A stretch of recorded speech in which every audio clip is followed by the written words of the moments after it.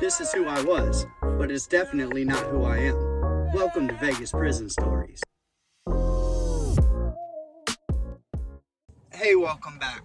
So I was on a live in another channel, the Rojo Room, and there was this user named Indio.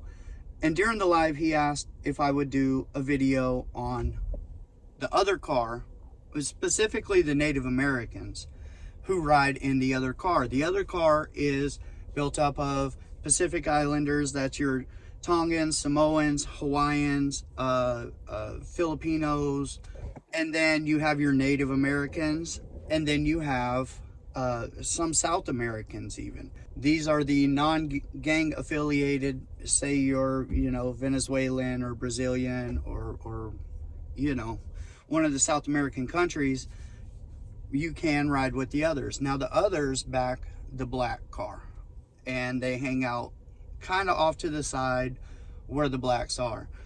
The other car ain't nothing to be played with. I already told you guys a story about the Pac Islander that rolled out the Sereno, and he wasn't even a big Pac Islander. He wasn't even a big Samoan. He was small when it comes to Samoans, but he had the heart of a lion, and he touched that dude up real bad. So when it comes to the Native Americans, I had two Native Americans in my unit in High Desert 6B. One of them had just gotten out of the hole, and he had tobacco in his property. They took tobacco off the yard in, I think, the middle of 07 in Nevada. This was the beginning of 2009 when he hit my unit. That means that that man was back in the hole for at least a year and a half, and they couldn't take his tobacco from him. It was on his property, and the rule was, we're not going to sell you any more tobacco, and once it's gone, it's gone. Well, you had these guys that were in the hole that had tobacco on their property, and when they hit our unit, now we have tobacco. And he hooked up all the cars. As soon as he got there, everybody got their issue, and he broke everybody off, and it was kind of nice. I know they went and they fought to the Nevada Supreme Court. Maybe it was a federal thing too, I'm not sure.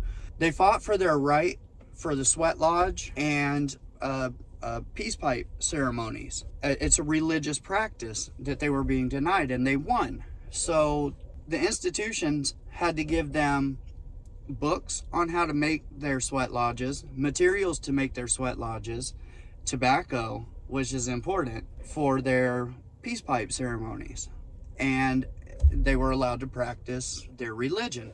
I do know that one inmate had to fight what the institution did because a wood had walked up in that sweat lodge. Why, I don't know. I don't really know the background of that, but I'm sure that he was back there looking for tobacco. So he walks up in this sweat lodge. The natives find out. They're not happy. They tear the damn thing down. It all pops off. So the administration took that as, okay, well, to keep any non-natives out of there, what we're going to have to do is you're going to have to prove tribal association. Now, to do that, it can probably be a real pain. And there were some natives that rode in the native car that were clearly Native Americans that were denied access to the sweat lodge and to the peace pipe ceremonies because the administration now made them prove that they were native. So this popped off a whole other ordeal between the administration and the natives, and also the whites and the natives, because a white boy had ran up into the sweat lodge. So that was an issue for a long time. They took that to the Supreme Court, and they made it, they called it discriminatory, which it is. No other group has to prove that they are a part of religion just to be able to partake in the religious ceremonies, as to where they were trying to make the natives everybody has to prove that they're native before they can go in the sweat lodge. So that was a big old issue. Now the natives are overrepresented in Nevada's prison population. Native Americans make up about 1.3 to 1.5% of the entire population of Nevada. With that being said, they make up 2% of the population in Nevada prisons, which means that they are overrepresented. Now, I've had a few native friends, and I've been on the res, and I'll never go back because the res is lit. I mean, it's just no place for an outsider, ever. I only saw them get off one time, and it was over the ceremony and over the white boy going in there. It was just a dust up between the whites and the blacks and the natives. It was nothing major. It was more of a point prove.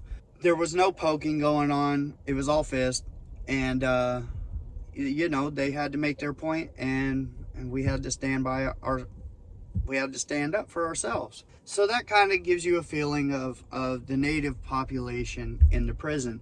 Most of the time, they're very quiet, they're very reserved, and they got their own thing going on. They're not kicking up a lot of dust until you mess with them, and then it's full on melee. Now, the rest of the other car, the Pac Islanders especially, well, we all know how Samoans and Hawaiians can be. I mean, I had Hawaiian roommates for a long time, Kamele and Joey. And I ended up getting into it with Joey a bunch. Me and this girl Jess, I had been jumped by Joey and another cat, and me and Jess had gone and stood out in front of his house and popped off at his house over that. Kamele was a nice guy. He wasn't nothing to be played with. He was Hawaiian. He was just full-blooded Hawaiian. Had, you know, the Hawaiian hairdo, all that. Kamele was a good dude. They found him driving around with somebody in his trunk, though. And I think he got 20 to life. And maybe he'll be out within the next few years. I haven't looked him up. But the Hawaiians were about their business on the streets, and the Tongans and the Pac Islanders. They have a huge population in Nevada, in Las Vegas especially. Those dudes, they ain't nothing to be played with. They walk around, they're ready to go. They're ready to go all day long. So the other car, they try not to get involved in anybody's bullshit. The only time the other car is going to pop off is if somebody disrespects them. And it does happen, but it doesn't happen very often. Because the Hawaiians are so serious and the natives are so serious, and definitely the Samoans, people know to kind of walk with a light foot around them and not really kick up much dust. It's all about respect. You disrespect them, you're going to have a real fight on your hands, and they all have the hearts of a lion. You know, if you're running up against natives and Samoans, I don't care how many people you have, you're in trouble, because those dudes, you can hit them with a 2x4 and they're still going to pop up, and they're still going to keep coming. And that's just in their blood, I guess. That's in their nature. That's who they are. They're warrior people. And so we all know, hey, leave the warriors alone, because those dudes don't play. So this video might feel like I'm rambling a little bit, which I am, because that's about the extent of what I know about the others and the Native Americans. You know, the Pac Islanders, I can speak more on because I lived with them for a year and a half. Natives, I can only speak on what I saw. And it wasn't much, but those dudes are about their business. And when the white boy ran up in their sweat lodge, they made it a super issue, and there was hell to pay. So that's my spiel on the other car. I know it's not very in-depth. It's definitely not as in-depth as the Mexican car or the white car, because I'm not as familiar. But I hope you like what you heard. If you did, hit the like button, hit the comments, you know, subscribe, and I'll be putting out more content. And thanks for coming to Vegas Prison Stories. I'll see you next time.